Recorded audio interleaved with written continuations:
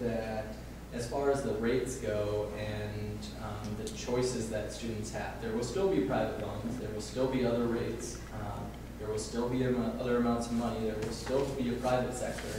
It won't be subsidized anymore, though. And the subsidized loans are actually held at the same rate as the direct loans because the government doesn't want the private loans to undercut their direct loans. They want them to be the same. So I don't see any point in subsidizing private loans, but they can still exist when we have a more efficient system to give loans out from the public sector. Senator Wallace. Senator Salmon, you have the floor if you like it. I respectfully disagree with a couple of points Internal Vice President Coburn made. One, I don't think we should support a whole bill, especially one of this magnitude, that could be brought up in the healthcare debate without seeing how it's brought up. I remember we had a lot of discussion about that with the American Recovery and Reinvestment Act. There's a lot of potential there. I think this is a good GLC directive. I think it's strong. I think it does a lot of good things. But seeing as we don't have a concurrent Senate bill to lobby upon yet, I'm going to move to strike from line 14 and lines 13 and 14 and its concurrent Senate bill. From the discussion. Okay, so you move to strike lines 13. Lines 13 and 14 and its concurrent Senate bill. Okay.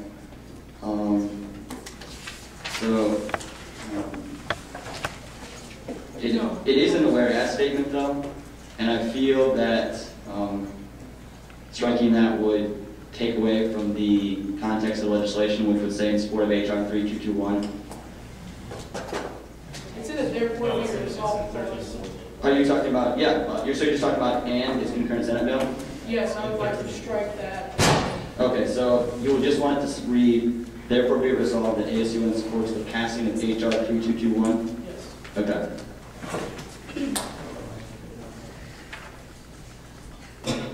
I have a point of, or I guess I have a question.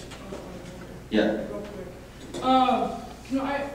Can we also, and this is, I guess, is towards Brian, our Internal Vice President Coburn, can we also strike up on line 4 and its concurrent Senate bill as well? Can I retool my motion?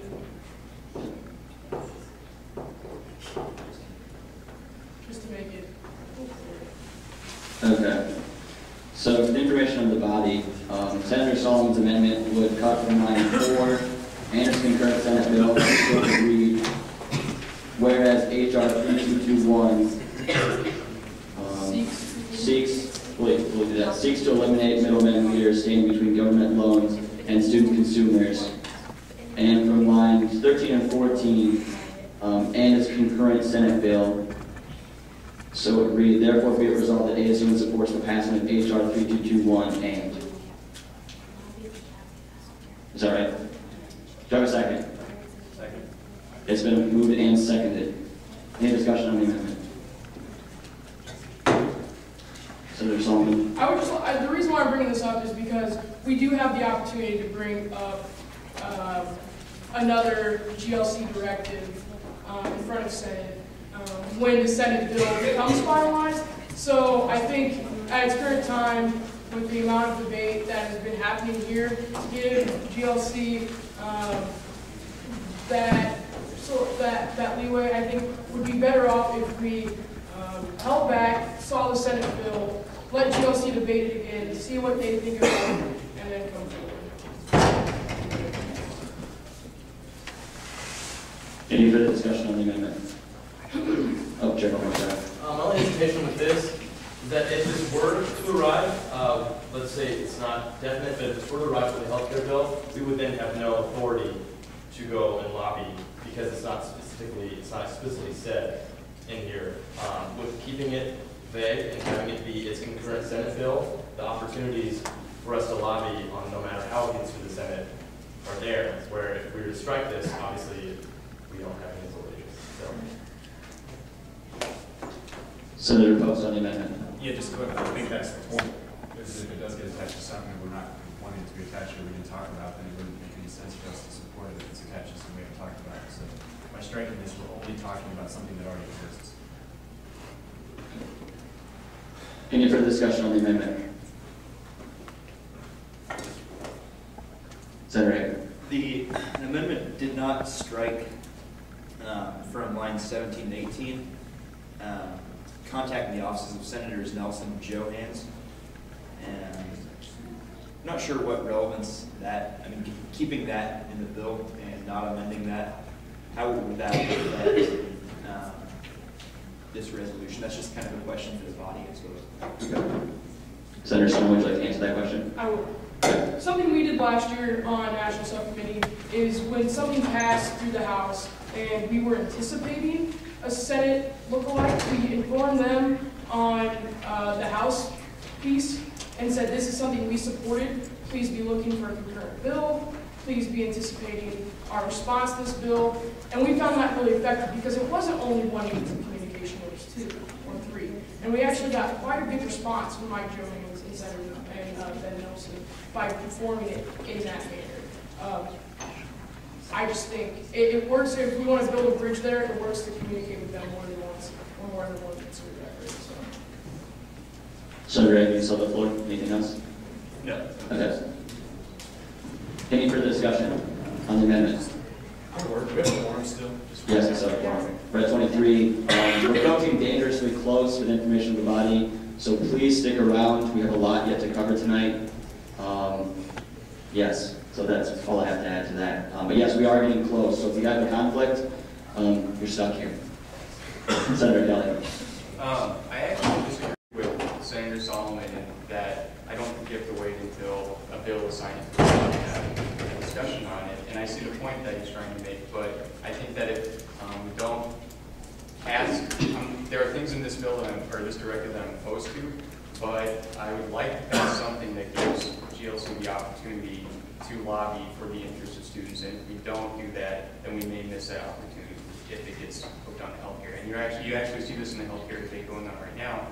You have one side saying, you can't talk about it, you can't talk about it because the bill might change, or it's not a bill yet. But right, this is the point, this is where we're supposed to be having that conversation and doing the lobbying aspect. So I would actually not support this amendment, but going into a different debate, there are some things about the directive that might make some changes.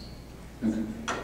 Senator Shawanik. I don't support this amendment either, for the reasons that Senator Solomon, you said that when you talk to Senators Nelson and Johans, the purpose is to talk about the concurrent Senate bill, which is what you're trying to strike from the resolution, or from the government bill. And so I don't think that it really has any effectiveness to strike them, so I don't support that.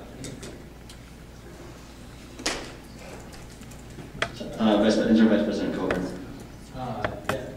Chair Barmore, I got a question, and maybe I missed it because I was trying to figure out a number of things. Is there a concurrent Senate bill? Senator Barmore, will you yield? Yes. From the talks that I had with people working in the senatorial committees and congressional offices, the consensus that I got was that it was very unclear as to how this bill would be presented.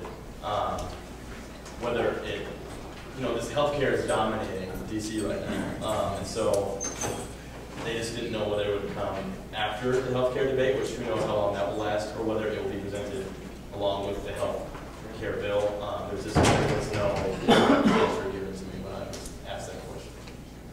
Okay. So there may be, there may not, but we think there is.